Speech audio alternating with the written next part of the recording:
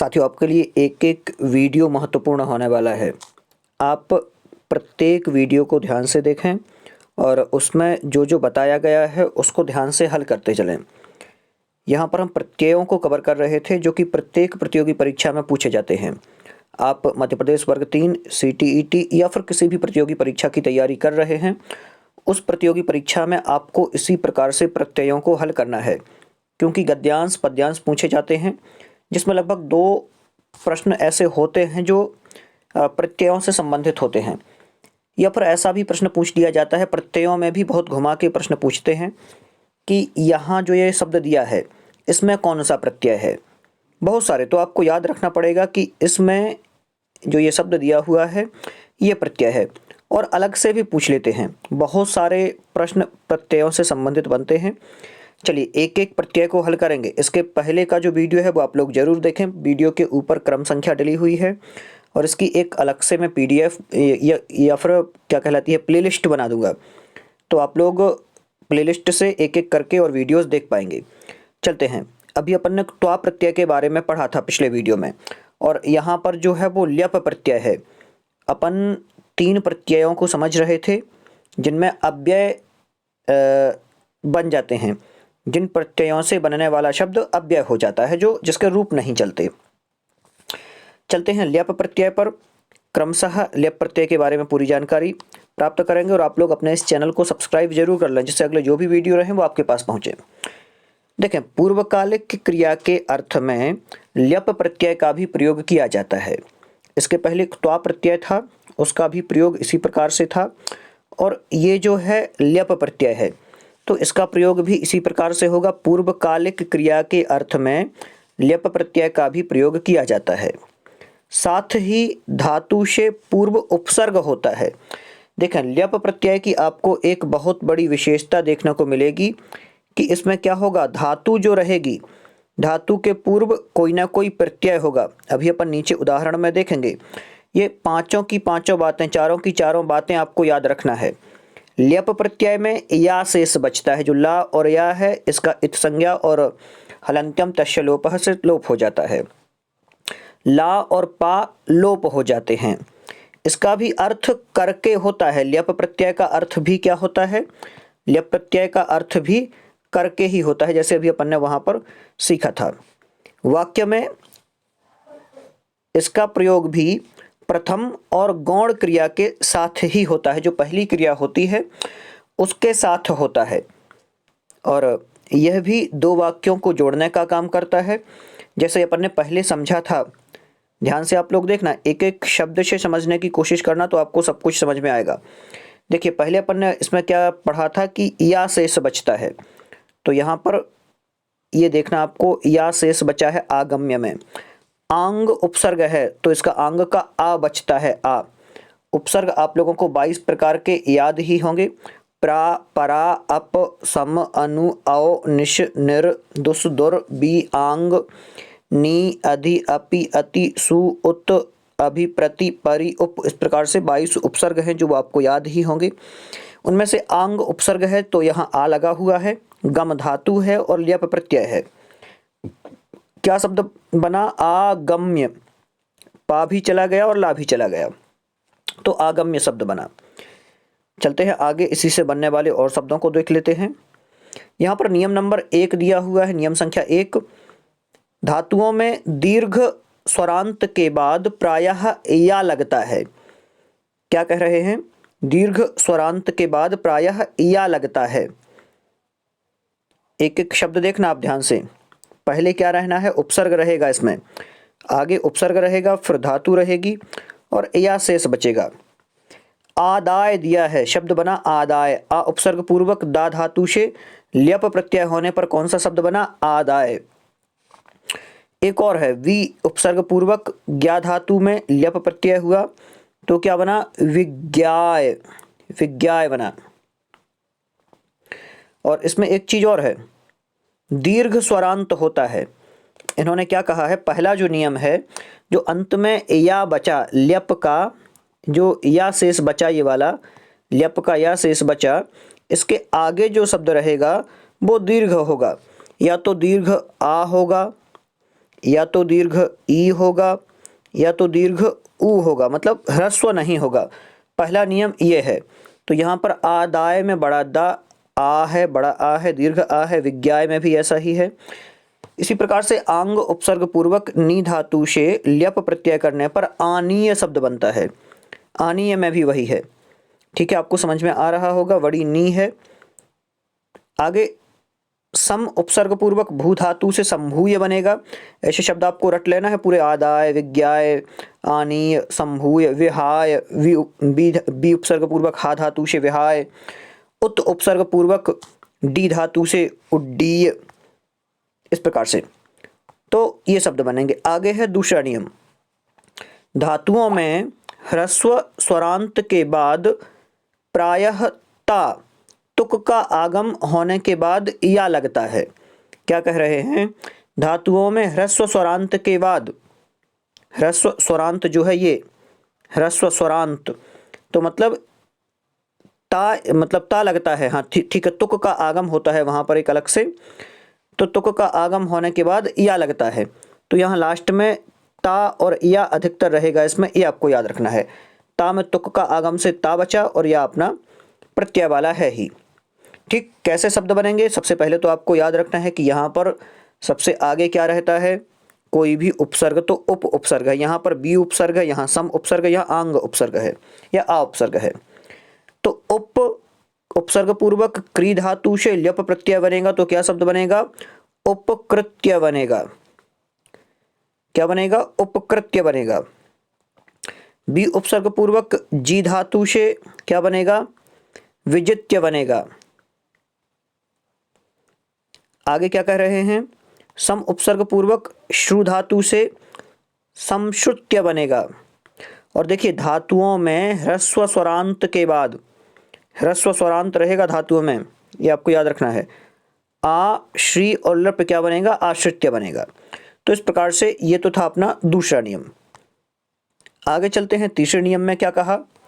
यदि धातु के अंत में ना हो तो ना का ता हो जाता है। ना का क्या हो जाता है? ता हो जाता है। उसके बाद में या लगता है जो अपने प्रत्यय वाला है। देख लेते हैं। नियम 3 है। यदि धातु के अंत में ना है, यहाँ पर देखें पिछले वाले में क्या था? धातुओं में ह्रस्व स्वरांत था, ह्रस्व था सब कुछ स्वरांत। तो उसमें ता का आगम, ता रहना था किसके आगे? या के आगे। इस प्रकार से यहाँ पर क्या है? यदि धातु के अंत में कोई भी धातु है तो उस धातु के अंत में यदि ना हो, जैसे यहाँ पर धातु है मन, तो मन में ना है। यहाँ हन, हन में ना है।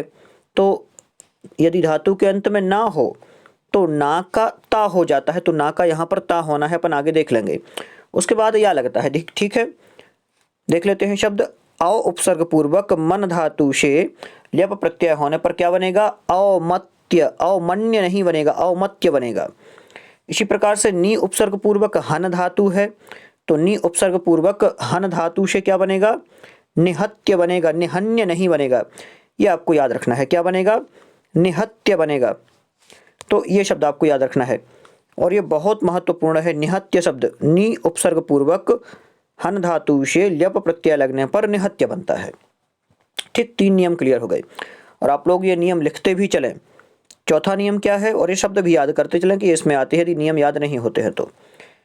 यदि धातुओं के अंत में माँ हो, बहुत सारी धातुएं जैसे गम है, और देख लेते हैं यदि धातुओं के अंत में माँ हो तो विकल्प से ता हो जाता है, उसके बाद या लगता है। उदाहरण देख लेते हैं। आंग उपसर्ग पूर्वक गम धातु में ल्यप प्रत्यय लगने पर आगम्य बना, आगत्य बना। 2 शब्द हैं, आगत्य बना और आगम्य, दोनों बन सकते हैं। इसी प्रकार से प्रा उपसर्ग पूर्वक नत धातु है प्लस ल्यप प्रत्यय है, क्या बना? प्रणम्य, प्रणत्य बना। हाँ, प्रणत्य बना और प्रणम्य बना। इस प्रकार से 2 ये हैं। आगे अपवाद हैं। सम क्री ल्यप संक्रम्य बनेगा, सम भ्रम ल्यप संभ्रम्य बनेगा, नि संभ्र प्लस ल्यप निसम्य बनेगा, सम्य होगा यहाँ पर। ठीक, तो इस प्रकार से एक एक शब्द आप लोग देखते चलें। यहाँ पर ये जो प्रत्यय था अपना कंप्लीट हुआ। ज़्यादा नियम नहीं थे प्रत्यय में, 4 ही नियम है, लेकिन बहुत सारे उदाहरण आप लोगों को इसके देख लेने हैं। ठीक है, यहाँ पर जो ल्यप प्रत्यय था, ल्यप प्रत्यय पूरा होता है। ल्यप प्रत्यय की विशेषता क्या है, इसमें आगे क्या आना है, उपसर्ग आने हैं, बस ये आपको याद रखना है। यदि आपने उपसर्ग वाला याद रखा तो आपका ये प्रत्यय बन जाएगा, आपको कोई दिक्कत नहीं आएगी। अगला जो तीसरा वाला प्रत्यय था, तीसरा प्रत्यय कौन सा था, तुमुन प्रत्यय। तीसरा तुमुन प्रत्यय के बारे में पढ़ने वाले थे। तुमुन प्रत्यय के बारे में पूरी जानकारी ले लेते हैं, क्या होता है तुमुन प्रत्यय में। सूत्र है इसका, सूत्र भी आपको याद कर लेना है, कभी कभी सूत्र भी डायरेक्ट पूछ लेते हैं। तुमुन प्रत्यय, तुमुन नवलऊ क्रियायाम क्रियार्थायाम, ये सूत्र है। तुमुन नवलऊ क्रियायाम की क्रियार्थायाम।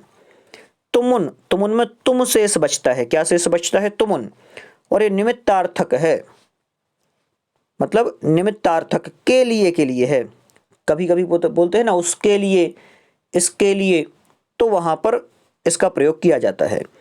अर्थात क्रिया को करने, ध्यान से क्या कह रहे हैं, क्रिया को करने के लिए, क्रिया को करने के लिए इस अर्थ में धातु के साथ तुमुन प्रत्यय लगता है। धातु के साथ तुमुन प्रत्यय लगता है करने के लिए, मतलब इस काम को करने के लिए, उस काम को करने के लिए, ऐसा बोल देते हैं ना, तो उसमें तुमुन प्रत्यय लगता है। और आगे थोड़ा सा समझ लेते हैं।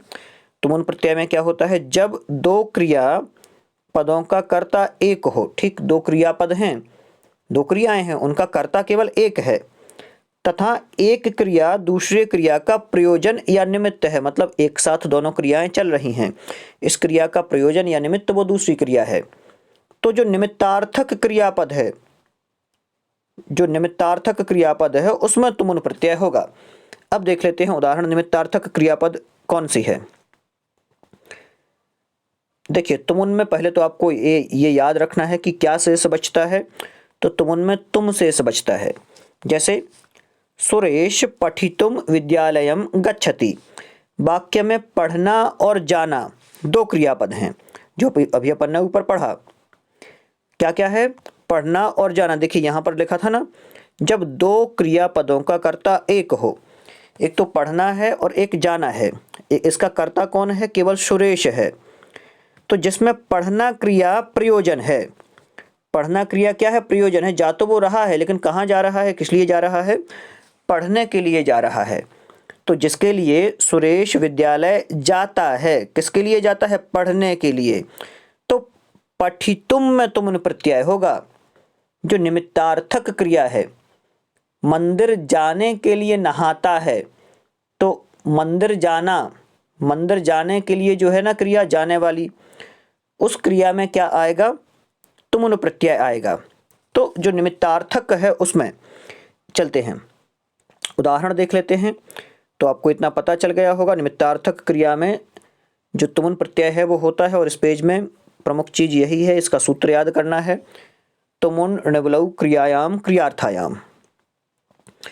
चलिए उदाहरण देख लेते हैं। नियम दिया हुआ है, आकारांत धातुओं में तुम लगता है। आकारांत मतलब ऐसी धातुएं जिनमें बड़ा आ रहे, आकारांत, ये बड़ा आ है, इसकी ये दो मात्राएं हैं, आकारांत दीर्घ आ, ये हो, जैसे बड़ा पा है, स्ना है, दा है, तो इनमें क्या होता है, तुम लगता है, केवल केवल तुम बचेगा। देख लेते हैं, पा धातु में तुमुन लगा, पातुम, पीने के लिए, मतलब जलम पातुम सह नदीम गतवान, वह जल पीने के लिए कहाँ गया, नदी गया। प्रमुख क्या है, पीना है, जाना वहां पर प्रमुख नहीं है, इसलिए यहां पर पातुम। स्ना धातु है, स्ना धातु में बड़ा ना है, दीर्घ ना है, तो स्नातुम बनेगा, तुम, स्ना के बाद में तुम जोड़ देना है केवल, स्नातुम, स्नान के लिए, स्नातुम तरण ताल मगच्छत, स्नान के लिए वो गया।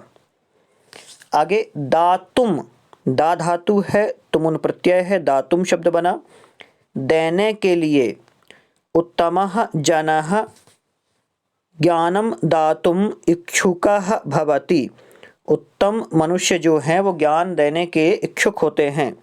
तो दातुम में यहाँ पर लगाया।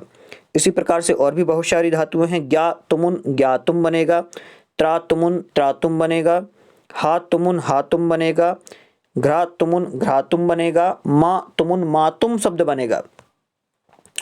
ठीक है, इसी प्रकार से नियम 2 दिया है। धातुओं के आरंभ में, अंत में ई, उ तथा रि होने पर इनका गुण होकर क्रमशः ए, ओ और अर होकर तुम बनता है।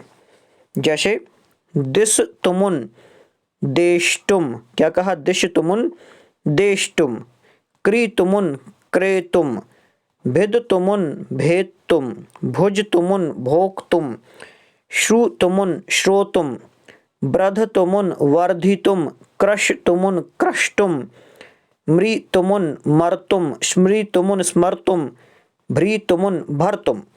तो इस प्रकार के ये शब्द यहाँ पर आ जाएंगे जो नियम संख्या 2 है उसमें। ठीक है, आगे एक और छोटा सा नियम है। समयवाची आदि कालवाची शब्दों के योग में भी धातुओं से तुमुन प्रत्यय का प्रयोग होता है। जहाँ पर भी समयवाची शब्द हों, वेला आदि कालवाची शब्द हों, वहाँ पर उन धातुओं से तुमुन प्रत्यय का प्रयोग किया जाता है। जैसे स्नातुम बेला अस्ति, स्नातुम बेला अस्ति नहाने का समय है, पठितुम समयोस्ति पढ़ने का समय है। इस प्रकार से उदाहरण दिए हुए हैं। गम तुमुन गंतुम जाने के लिए, सह गृहम गंतुम उद्यतः अस्ति वह घर जाने के लिए उद्यत है। आगे हन तुमुन हंतुम बनेगा। देखिए लास्ट में तुम बचेगा, हंतुम, ऐसे शब्द याद रखना है। पा तुमुन पातुम, स्ना तुमुन स्नातुम, दा तुमुन दातुम। ध्यान से एक एक शब्द को ऐसे समझना है और आपको याद रखना है तुमुन वाले शब्द तुमुन प्रत्यय से हैं। तुम लास्ट में बचा है तो ये याद रखना है आपको। ठीक, आगे चलते हैं और देखें, आप लोगों को तैयारी बहुत ज़्यादा करने की आवश्यकता है। हम लोगों ने तो ये प्रत्यय बहुत सारे पढ़े थे, समझे थे, रटे थे कि कोई प्रत्यय छूट ना जाए। और चूँकि मैं अभी वर्ग 1 में कार्यरत हूँ, आप लोग वर्ग 3 की तैयारी कर रहे हैं, बहुत ज़्यादा कंपटीशन है और बहुत ज़्यादा पढ़ने की ज़रूरत है। एक एक शब्द को देख लें और एक बार। प्रच्छ तुमुन क्या बनेगा? प्रष्टुम बनेगा। सा तुमुन या फिर दृश्य होना चाहिए यहाँ पर, दृश्य तुमुन दृष्टुम बनेगा। हस तुमुन हसितुम बनेगा। खाद तुमुन खादितुम बनेगा। क्रीड तुमुन क्रीडितुम बनेगा। भाष तुमुन भाषितुम बनेगा। जीव तुमुन जीवितुम बनेगा, जीने के लिए। कथ तुमुन कथितुम बनेगा, कहने के लिए। इस प्रकार से, इसी प्रकार से शक धातु शकना, इक्ष धातु इश धातु चाहना इत्यादि धातुओं के साथ भी पूर्व क्रिया में तुमुन प्रत्यय का प्रयोग किया जाता है। मैं पढ़ सकती हूँ या मैं पढ़ सकता हूँ, मैं पढ़ना चाहता हूँ, इन वाक्यों में भी पढ़ना, सकना, पढ़ना, चाहना ये दो दो क्रियाएं हैं। अतः पढ़ना क्रिया में तुमुन प्रत्यय का प्रयोग होगा। अहम पठितुम शक्नोमि, सा गातुम शक्नोति। अहम पठितुम इच्छामि, त्वं किं कर्तुं, बालः तर्तुं शक्नोति, ते चलितुं न शक्नुवन्ति, शक्नोति शक्नोषि, वयं धावतुं न शक्नोमि। तो इस प्रकार से भी दो क्रियाओं के लिए जोड़ करके इसका प्रयोग किया जाता है। आगे तुमुन का प्रयोग करते हुए इच्छुक अर्थ वाले संज्ञा पद भी बनाए जा सकते हैं। जैसे गंतु कामः, पठितु कामः, बद्धु कामः, चलितु कामः, लेखितु कामा, हसितु कामा, वक्तु कामा आदि बहुत सारे शब्द बन सकते हैं। आगे चलते हैं। यहाँ पर ये जो प्रत्यय था अपना ये कंप्लीट होता है और अब जो प्रत्यय है सत्रिय प्रत्यय है और एक सानच प्रत्यय है। लगभग 20 मिनट का समय हो चुका है। सत्रिय प्रत्यय और सानच प्रत्यय को हम अगले वीडियो में कवर कर लेंगे। अब जो ये प्रत्यय हमने समझे, अभी क्रमशः 3 प्रत्यय हमने यहाँ पर समझ लिए हैं। पहला वीडियो था, पहले वीडियो में त्वा प्रत्यय समझा था, दूसरे वीडियो में तुमुन प्रत्यय के बारे में पूरी जानकारी ली, तो आपको तुमुन प्रत्यय के बारे में पूरी जानकारी याद करना है। और एक और प्रत्यय था एक एक करके तीनों प्रत्यय। एक ल्यप प्रत्यय है, जो पहला प्रत्यय था त्वा प्रत्यय था, दूसरा ल्यप प्रत्यय है, और तीसरा जो प्रत्यय अभी अपन ने किया तुमुन प्रत्यय। तो इससे संबंधित पूरी जानकारी आपको ये याद करना है, एक एक चीज। देखिए, आप संस्कृत को भी आसान ना समझें। आपने सोचा होगा कि मैंने संस्कृत चयन करके और बहुत आसान भाषा ली है, तो ऐसा भी नहीं है। यदि आपने इंग्लिश को छोड़ा है तो इंग्लिश में तो बहुत ज़्यादा टफ लग रहा होगा आपको, क्योंकि वेश भी अपना अच्छा नहीं रहता है, वेश इंग्लिश का। लेकिन फिर भी संस्कृत यदि ली है तो 20 से 25 नंबर के बीच में आपके आने चाहिए, और मैं तो ये कहता हूँ कि 25 से 30 नंबर के बीच में आपके नंबर आए। तो आपको इसके लिए पढ़ना पड़ेगा। आप लोग सोच रहे हो कि संस्कृत ले ली है तो इसमें बहुत कम पढ़ना पड़ेगा, तो ऐसा बिल्कुल नहीं है। आपको पढ़ना पड़ेगा, समझना पड़ेगा। कक्षा 6वीं से लेकर के और 10वीं की पुस्तक जो हैं वो आप पूरी पढ़ डालिए, उसके गद्य पद्य लगा लीजिए। यदि आपको गवर्नमेंट नौकरी पानी है तो बहुत ज़्यादा पढ़ना पड़ेगा। और अब तो वर्तमान में स्थिति क्या है आप लोग सब समझते हैं। और अभी मैं आप लोगों को बता दूं, नौकरियां जो अभी निकलने वाली हैं वर्ग 3 में, बहुत कम पद आने वाले हैं। ऐसा आप लोग ना समझें कि 20,000 की 30,000 पद आएंगे, बहुत कम पद आएंगे। उन पदों पर आप लोगों को चयन होने की कोशिश करना है, क्योंकि एक आदेश अभी आया था जिसमें प्रत्येक अध्यापक को 6 पीरियड अनिवार्य हैं। अब आप लोग सोचें, जिस अध्यापकों की यदि 6 पीरियड अनिवार्य रूप से कर दिए जाएंगे तो फिर नई भर्ती की तो आवश्यकता ही नहीं पड़ेगी। प्राथमिक और माध्यमिक शालाएं जहां पर एक हैं वहां 6 शिक्षक ही रहेंगे, तो पर्याप्त 6 शिक्षक अभी पहले से कई जगह हैं। और शालाएं बंद होती जा रही हैं, मर्ज होते जा रहे हैं। स्कूल जहां कम विद्यार्थी हैं प्राथमिक शालाओं में, उनको बंद करते जा रहे हैं। तो वर्ग 3 की जगह कहाँ से आएंगी, ये भी सोचने वाली बात है। तो आप लोग अच्छे से तैयारी करते रहें। देखिए, जिनका भाग्य अच्छा होगा वो निकल जाएंगे, और तैयारी करना बहुत ज़रूरी है। आप लोग किसी की बातों में ना आए। देखिए, पुलिस का जो टेस्ट था वो चल ही रहा है। और रही बात वर्ग 3 की, तो यदि कोरोना ज़्यादा नहीं बढ़ा तो देखिए आपका जो पेपर है वो सोशल डिस्टेंसिंग से ही होता है, सोशल डिस्टेंसिंग से होता है। कोई दिक्कत नहीं है, पेपर हो जाएगा। तो आप लोग निरंतर तैयारी करते रहें। हाँ, ये है कि थोड़ी सी समस्या हो रही है पेपर में कि होना कि नहीं होना, लेकिन बिल्कुल आप तैयारी करें। और मार्च में यदि पेपर होता है तो बहुत कम टाइम आपके पास है। चलिए, मिलते हैं पुनः अगले वीडियो में। और आप लोग ऐसे ही एक एक वीडियो को ध्यान से देखें, पूरा समझने की कोशिश करें। और मैं प्रतिदिन लगभग कोशिश करूँगा जितने भी वीडियो लाऊं, क्योंकि स्कूल का भी बहुत काम होता है, तो वहाँ से जैसे ही फ्री होता हूँ उस काम से आप लोगों को टाइम देने की प्रतिदिन कोशिश करूँगा।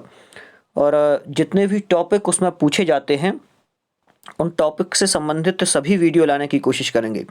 अभी मैं पेडागॉजी भी लाऊंगा, और पेडागॉजी के वीडियो पहले से जो डले हुए हैं आपको हार्ड लग रहे होंगे, लेकिन पेडागॉजी के क्वेश्चंस ऐसे ही आप लोगों से पूछे जाएंगे। यदि पूछे जाते हैं 15 नंबर के पूछे जाने हैं तो बिल्कुल सेम ऐसे ही क्वेश्चन रहेंगे। आप लोग सोच रहे होंगे कि बहुत ज़्यादा कठिन है, तो कठिन ही पूछे जाएंगे वहाँ पर। तो आप लोग ऐसे ही प्रश्नों की तैयारी करें, जिससे कि अभ्यास आपका बहुत अच्छा हो जाए और लगने लगे कि हाँ, ये प्रश्न तो मैंने पढ़ा है, ये दोबारा रिपीट हुआ है, ऐसा लगना चाहिए आपको।